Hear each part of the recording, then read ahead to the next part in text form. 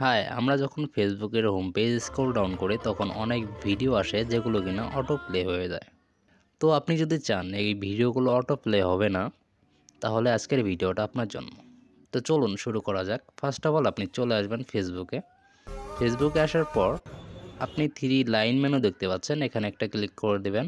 দেন নিচের দিকে scroll down করে চলে আসবেন। এখানে আপনি পেয়ে যাবেন সেটিং অ্যান্ড প্রাইভেসি। তো এখানে ক্লিক করার পর আপনি আবারও নিচের দিকে স্ক্রল ডাউন করে চলে আসবেন। এখানে আপনি পেয়ে যাবেন মোবাইল ডাটা ইউজার। তো এখানে যদি আপনি একটা ক্লিক করেন তাহলে এরকম একটা ইন্টারফেস আপনার সামনে চলে আসবে। এখন আমি স্ক্রল ডাউন করি, যেখানে দেখতে পাচ্ছেন অটো প্লে। তো অটো প্লে এই অপশনের নিচের অপশনে দেখতে পাচ্ছেন নেভার অটো প্লে ভিডিও। তো যদি আমরা এই অপশনটি চালু করে দেই তাহলে আমাদের ফেসবুকের ভিডিওগুলো আর অটোমেটিক চালু হবে না। আমরা যদি চালু করতে চাই তো চালু হবে। এটা করলে আপনার মোবাইল ডাটাও সেভ হবে। তো এই ছিল ভিডিও। যদি ভালো লাগে অবশ্যই লাইক কমেন্ট শেয়ার করবেন আর আমাদের সাথে থাকবেন। দেখা হবে পরবর্তী কোনো ভিডিওতে। সে পর্যন্ত ভালো থাকুন, সুস্থ থাকুন। আল্লাহ হাফেজ।